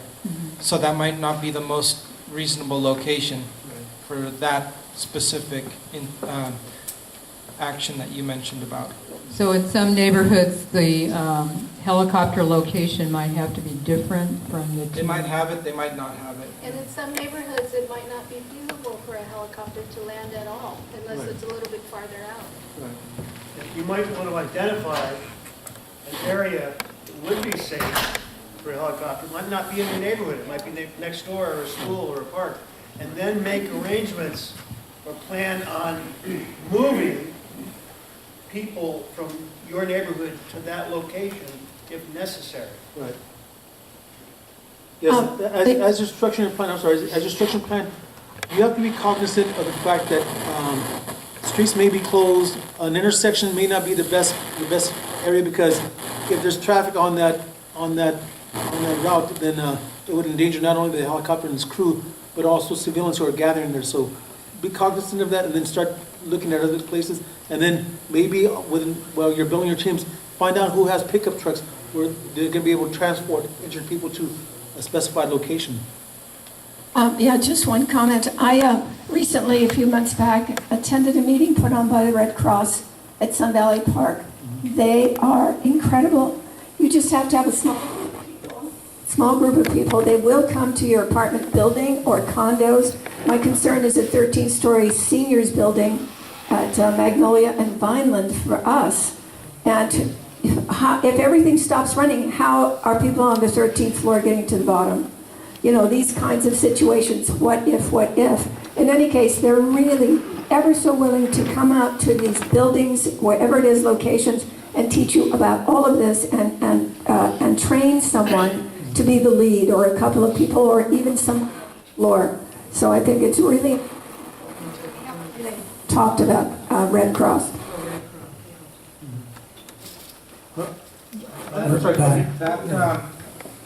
For example, 11035 Magnolia, where you're talking about, that's a high-rise building. You've got staircases, you have floor wardens, and that gets inspected. There's property management as well to help you coordinate a plan for that location, especially with people that would have access or functional needs in that building. They would have develop a plan. Even for the building, one of the things that would be important, maybe a staircase mover, it's a stair chair to help you lower people to a safe floor. And nobody in the building would abandon each other. If you know your neighbors, you would, and that's the point of it, is you're being accountable with your neighbors, and you want to help them, and that's the point of that, especially in a building like 11035 Magnolia. If I might add, leading to the reason why we're really here is a lot of this stuff is here for us. On the website, there's a template for a neighbor survey. If you download this and you print it and you take it to every door, you're going to be able to find out what Roy's talking about. Who has special skills and training? Where are the people that have disaster issues? Where are the indigent? Where are the elderly? You'll get all of that And if you get somebody in, let's say you have a coordinated system, like you have a neighborhood council, just use that and get all these surveys together. You can sit down, you'll be able to figure it out, and then below it you can download the plan template. You take the plan template and you go floor by floor like you're saying, or home by home, and you pass these out. And you will be able to figure out the structure for the neighborhoods, it says, for the neighbors to insert the information to create their own neighborhood disaster plan, because every neighborhood is different. But the plan works for every neighborhood. That's the simple part of it. If I may make a small suggestion, we've all got elections coming up. Perhaps we can all get a number of these brochures, and during our elections we just hand out the 5-step brochures. Perhaps you could get a stamp that has your neighborhood council name on it. You can ink stamp, and so they know where it came from. And then a lot of people will have these, and we can begin talking about things. Warren? To add to that, Bill, you and Linda do a thing called Map Your Neighborhood. They go out to 2 blocks. If you've got 5 or 10 neighbors that want to get together, they will come to your house, almost like a party, and they will show you how to map your neighborhood in 2 or 3 hours, so that you can get your block together and realize who has specific skills that would be valuable in case of an emergency. It's also a precursor to getting people interested in CERT. And it's very easy. They come out to you like Mary Kay, so it can't get much easier than that. And Bill is the guy to ask about that. Map your block. Map your neighborhood. Map your neighborhood. It's also a program that's made available through American Red Cross. Started essentially in Los Angeles. The difference is that American Red Cross teaches you how to do everything yourself. Get everybody together, put the program in. Several of us volunteers took it a little differently and said, you just get your neighborhood together and we'll come out and do the program, provide the information. They're talking about this shingle. This is what the 5-step program is based on. This is what started it. This has everything that they talk about, skills, gathering site, a care center, mapping your neighborhood so you know where everybody is, the skills that everybody has, the resources that everybody has. It's all here. Just one more thing to add to that. The 5 Steps program actually looked at best practices across the nation. Map Your Neighborhood, we did look at, and we took some small parts out of it, but the 5 Steps program was really based on looking at national programs throughout our country and picking out the best parts of each of those. So it's kind of compiled of great parts of other people's programs. And Map Your Neighborhood played a little bit of role in that, but it was really based on a lot of other things and made specifically for Los Angeles. I think Map Your Neighborhood was born in Seattle, so that's a program that was here because we had nothing. And that really inspired us to do our own program for the city of Los Angeles. Bill? So how often do you have these large-scale 5-step programs, and what does it cost to put this on? What are you talking about? The exercise, or what do you? We started in 2012, so we've only done 3 of them. This will be our 3rd one. Cost, involvement. Well, if you're looking at specifically to the exercise, as opposed to helping a neighborhood guide them, or our marketing component, I'm not sure what your question is. I guess what I'm looking at is, and I was at Tarzana as well, I was part of the IC initially. It was a great involvement. Everyone got involved, came out, the resident. We had 35 people in front of a certain driveway. Someone says, get out of the way, I have to leave now. Oh, is this what's happening? Let me go check it out. So that's the kind of response you get from the community. I guess my point is that a lot of the stuff that we've heard is great and excellent, and we're all for it. But on the other side, we do have to start at the neighborhood, the next door person. That's one of the advantages of Map Your Neighborhood. Just like CERT gets you involved in response, and then you can go on, call out teams, other stuff. Map Your Neighborhood locally may be the way to get involved to push for this. Because it's just like ICS. Here's this one neighborhood block captain, floor warden, etc. then you branch out, you're ready to go, you've taken care of people in that first hour or so, which is a critical part.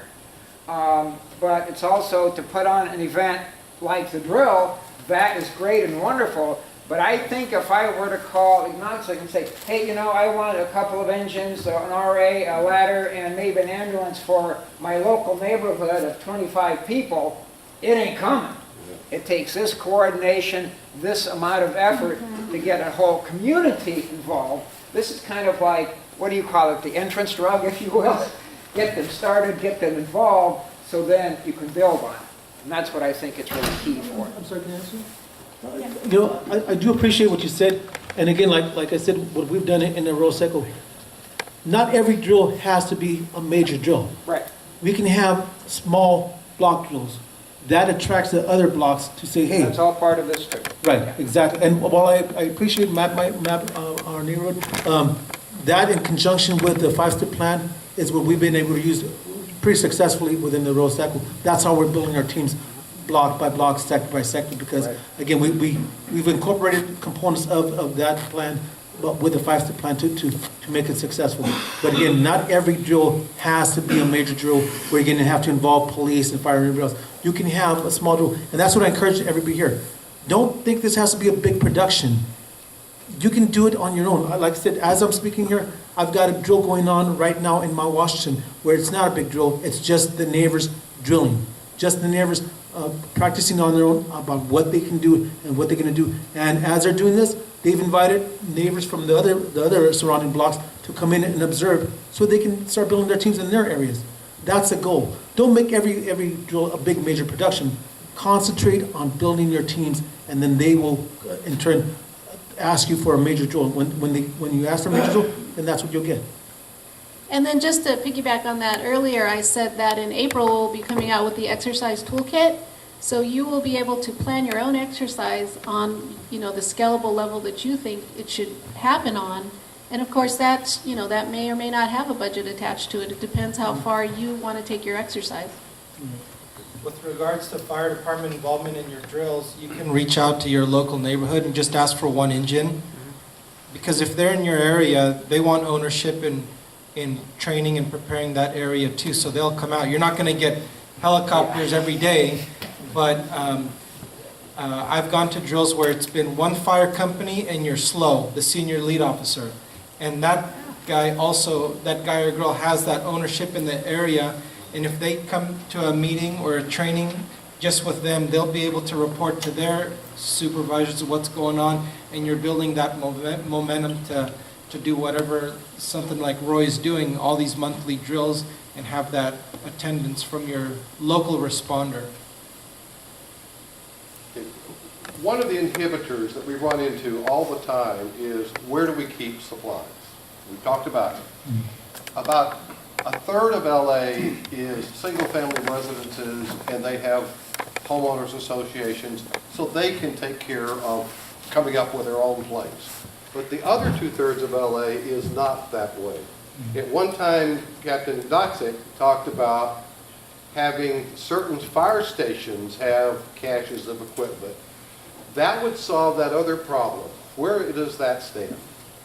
Okay. What kind of equipment are you talking about? We have, we're developing caches of equipment with non-perishables, kind of like what Jonathan was saying. Things to develop your team, backpacks, first aid, extinguishers, shovels, utility shut-off tools, the non-perishable items that we're deploying. It's going to be at a battalion level, so it's not going to be one on every block, but it'll be housed in a battalion, one cache in every battalion throughout the fire department. Who would have access to that and when? That we're going to have access by our CERT volunteers, or their call-outs. They could respond to the area. They're going to be secured outside. Point of having it outside is because if the building is damaged, it could be moved to, if we have like an area command post, that cache could be moved, and then we get these spontaneous volunteers that Jonathan spoke about. That equipment is meant for those volunteers as well. One thing you have to remember is any of these caches, you're probably not going to have food, you're probably not going to have water, things of that. We're going to have a lot of first responder materials and certain things. I don't think, and one of the things, like what the city does worry about is somebody comes up and says, "Hi, my kid is bleeding, I need your bandages." And you say, "I'm sorry, we don't have any bandages." Or, "I'm sorry, we ran out of bandages," okay? So the idea is not to let people think that this is a place where they can come to get something, specific for their needs, but more first responder, more bulk items such as that we've been talking about. And that's another thing we'll be working on. One of the goals over the next 2 months or so is going to try and get 2 things done. One, every neighborhood council to designate at least one person as their emergency preparedness representative to this group, okay? And maybe 2. And perhaps there are some other things that we want to get them involved with. There's an emergency management board, and it's supposed to be Brown acted, but I'm still trying to find out exactly where they do their current agendas. I found some past ones, but I'll maybe go up and have people come in and sit in on that and listen. They do meet during the day downtown, but it's a place to find out what the city's doing. Another is to put together a committee to talk about what we've been doing here. How do we formulate an outline, a plan, something for neighborhood councils just to follow? The 5-step is wonderful, but the things we've been talking about, as you heard here, all the other things that are incorporated into it. How can we get an outline? Each neighborhood council would modify it for themselves if necessary, because we have so many differences. You take Tarzana. We've got where our exercise was, it's a nice flat area.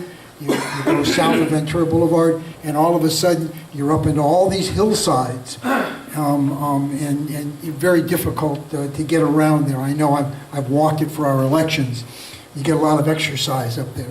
So we've got to have something that can be modified for each neighborhood council. Another is to get together, taking off on what Jonathan talked about last month, and put together a communications, a plan that neighborhood councils can follow for communications, moving up the line to ACS and then to everybody else. So these are things I'll be sending out the emails saying, "Hi, you want to get together for this, you want to get together for something else," and it will mean getting together other than right here. Maybe it's just on a Skype conference or something, I don't know, but putting something together to take these things, to actuate them. We've heard some really great ideas here. Some of us are going to be able to do it easily because of the way our communities are. Others of us are going to have a hard time because our communities are kind of insular and nobody knows anybody and everybody closes their doors when they get home and such as that. So this is what we're going to be working on. John? Leonard, there's a couple of areas, I'm thinking specifically of Lake Balboa and the Bel Air Beverly Crest, who have figured out how to do it. Maybe it would make sense to have representatives from areas that have successful emergency prep committees come in with their materials and their outlines. We can see what they've done, steal the best part of all their information, and then distribute it. Great idea. I was going to say, you're in charge. However, I have a friend over there who might... No, I've got some people. Lake Balboa's, as a matter of fact, they've got something going today, which is one of the conflicts we had. My comment is, too many events, too few Saturdays. So, it's not rocket science. No. It really, it's common sense, and it's clear thinking, and we don't need to do the groundwork.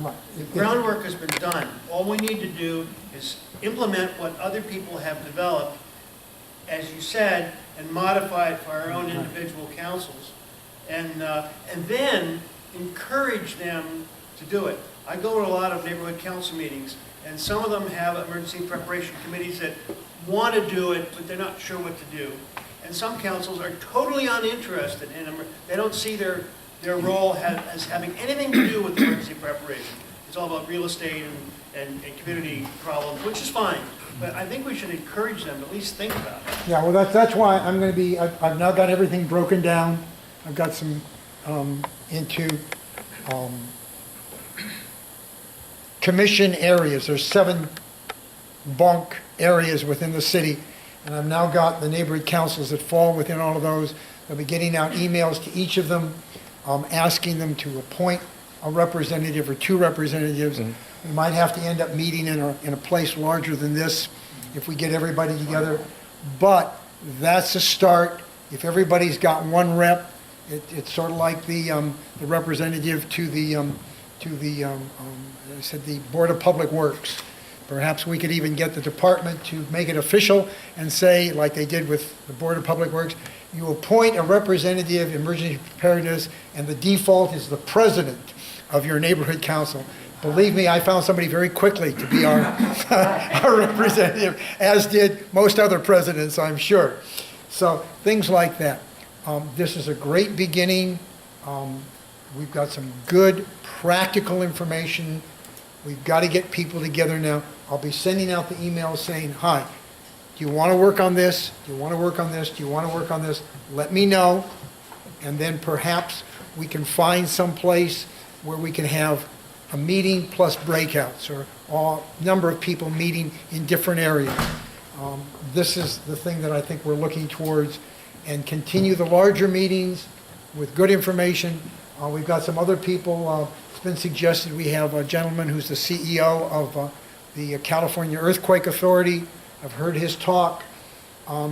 There's other people. I'd like to get a Rec and Parks here, their emergency preparedness representative, because they're going to become points of what's it called, where people reassemble and things of that nature. So we'll continue these, but at the same time, I want to get some groups working on individual things. And I'm sure that people here, Roy, Warren, Elliot, John down there, will help us with these things. Warren, you wanted to say something? Yeah, if you don't mind, I'd like to throw out something to all of you. As neighborhood council representatives, you are all in communication with your council districts. Can I ask each of you, please take this to heart, contact your councilman in your area and encourage them to add some funding to the CERT program. They don't have enough instructors, we don't have enough classes to go around. So we need to build up that program so we can get, enough adequate training out there. We don't have enough instructors, we don't have enough classes. Right now, I'm limited to 1 or 2 classes a year. I need more classes. All of us need more classes. So please encourage your councilman to allocate some more funds to this. That's the only way we're gonna get some more training out in the community. Who pays for CERT? Who does it? I thought it was the fire department. The fire department does train. The fire department does that training for the community for free. But like you said, we're limited on instructors. One of the things that we'd like to encourage is that we've had requests from neighborhood councils that would like a class, and then we provide the class, we set the location, and then we still need people to get out there and encourage attendance. And if we have 8 people in the class, you have that one class opportunity, and we have 8 seats filled. We really need to mark it out to the neighborhoods, to the people that you live nearby to come to these classes. So, How many instructors do you need, and what would it cost? we have 5 instructors right now. We're doing 80 classes a year. What was suggested, and maybe we should... 16, we do about 16 to 18 every 2 months, because since it takes 7 weeks, we do... So it should be about 5 times as much would be a reasonable. What, it was suggested... Talk about a real disaster. It was suggested, and maybe it should be pursued, was whether or not we can have civilians who are trained doing those classes alongside of the fire department, people who would volunteer to do it. So, because I know there are people that are high enough up in the, they've gone through enough instruction that they could easily do CERT 1 without a whole lot of problem. So perhaps that would be something to explore. Of course, once again, you'd have to talk to the city attorney.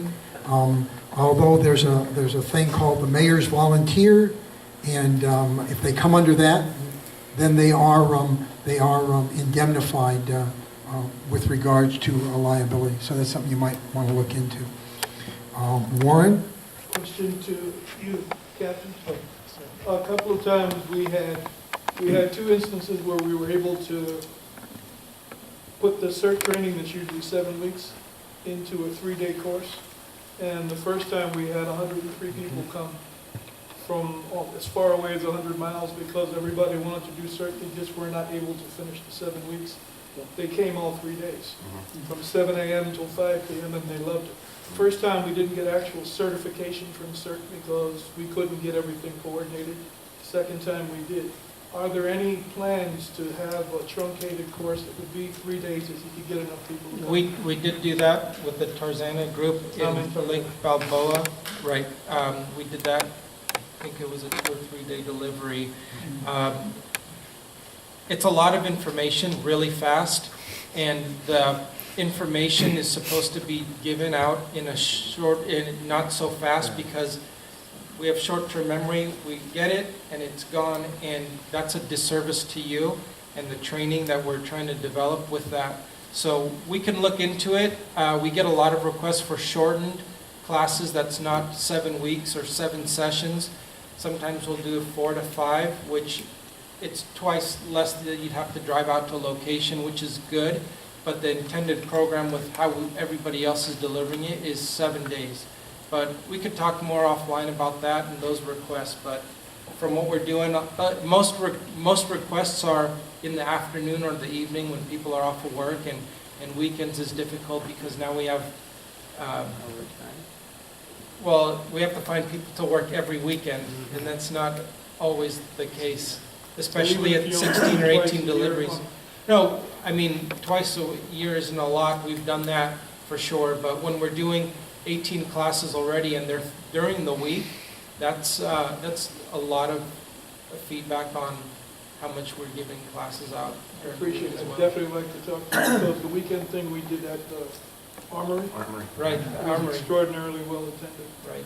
And that we were focused with this, we wanted to prepare this area, especially for this drill.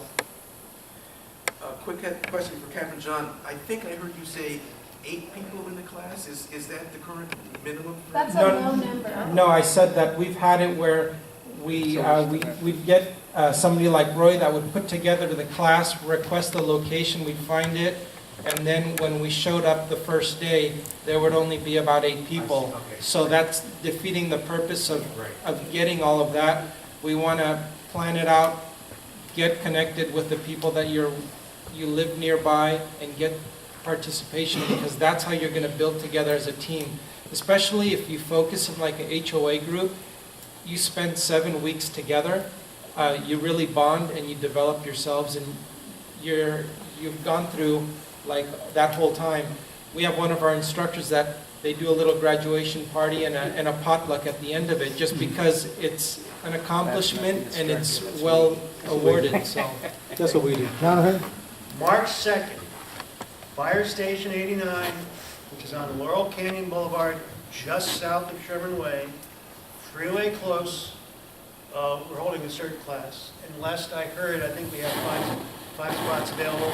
I left a message for a firefighter tonight. I'm not sure how many people have signed up, but I know we have some spaces available if you're interested. Fire Station 89, Wednesday, March 2nd is the first one. Is that for 7 weeks? 7 weeks, yes. But you know, if you miss a class, it's not the end of the world. You can make it up by attending any other CERT class anywhere else in the city. It's not a problem. And Mitch is a good teacher. Is that day or night? Yeah, I just wanted to say I agree with the gentleman up here in front.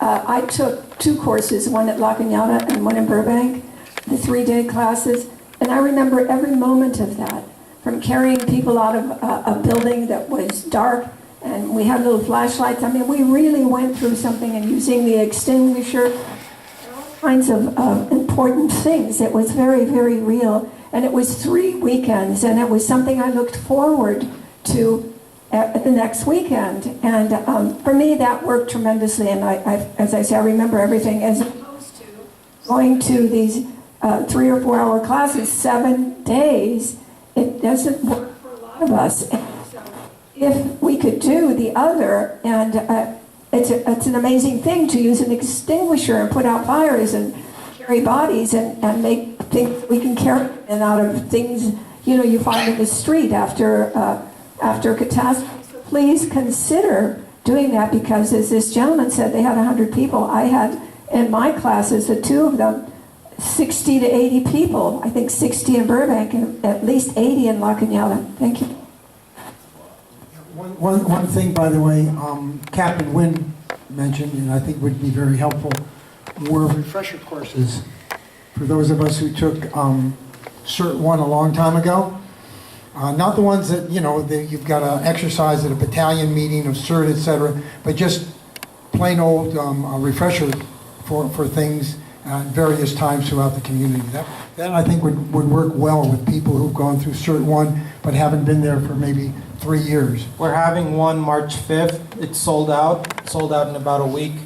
But the demand of it is huge. We've been geographically making them geographically centric to the 4 regions of the city: the Valley, Central, West, and the South regions. And we've had one drill every couple of months, so we're doing 4 a year for the LAFD, and they're full-scale functional exercises such as this one to continue to train our CERT graduates. If you'll do me a favor. We've even had one here. Okay, do me a favor. Let us know.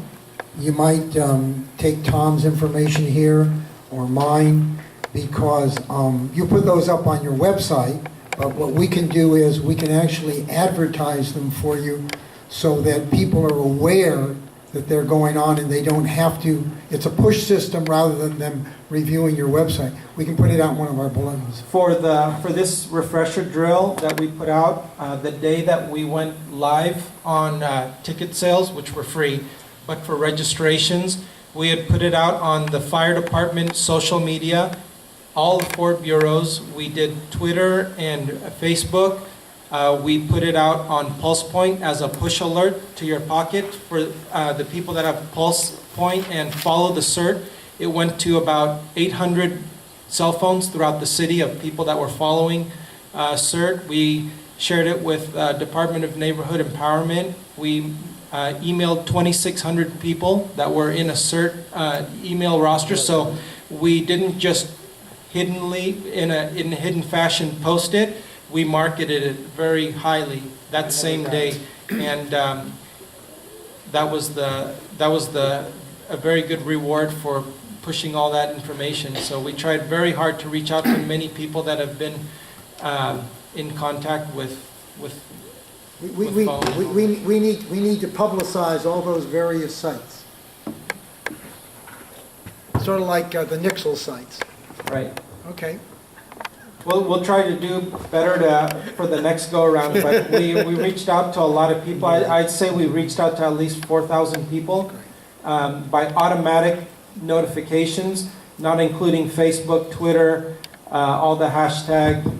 We reached out to the neighborhood empowerment folks to put it out as well. So, but by that time, in 3-4 days, it sold out very quickly. So we'll have it again in the next couple of months. We'll probably do that in the Valley, followed by Central, somewhere in this area, and then the West Side. So you're doing it by bureaus. By bureaus. Yes, sir.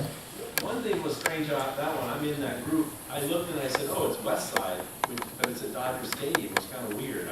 The reason that we're doing it on the West Side is because, for the West Side Bureau Commander, Chief Castro, he wanted it to be done at Frank Hotchkiss to bring people to our training location. So we had a larger event that we're going to be able to host. The West Side is very difficult for finding a drill location for parking for 100 people, 200 people, ADA. If we need to land a helicopter, we were limited to many things. And Chief Castro wanted to have a great place to train, and Frank Hotchkiss is one of them. So hopefully you signed up. Yeah, I did. It's going to be a good event. Mona, you're standing there saying it's time for us to go. Okay. Thank you for our panel very much. We appreciate it. I'm not sure, we may be dark next month in March. We may take a hiatus for 1 month. We'll know shortly, for sure. But we will keep in contact. The emails will keep flowing. I imagine you're all getting the emails. which is good. And we'll keep on planning, and we'll start looking for more people to keep us updated and such as that. And when I start sending out requests for what's it called, people from each neighborhood council to be one, bug your presidents. If you're not the president, bug the president of your neighborhood council, because it's going to go to the whole board. So bug your presidents to get somebody appointed. Thanks for taking your Saturday to be here, folks.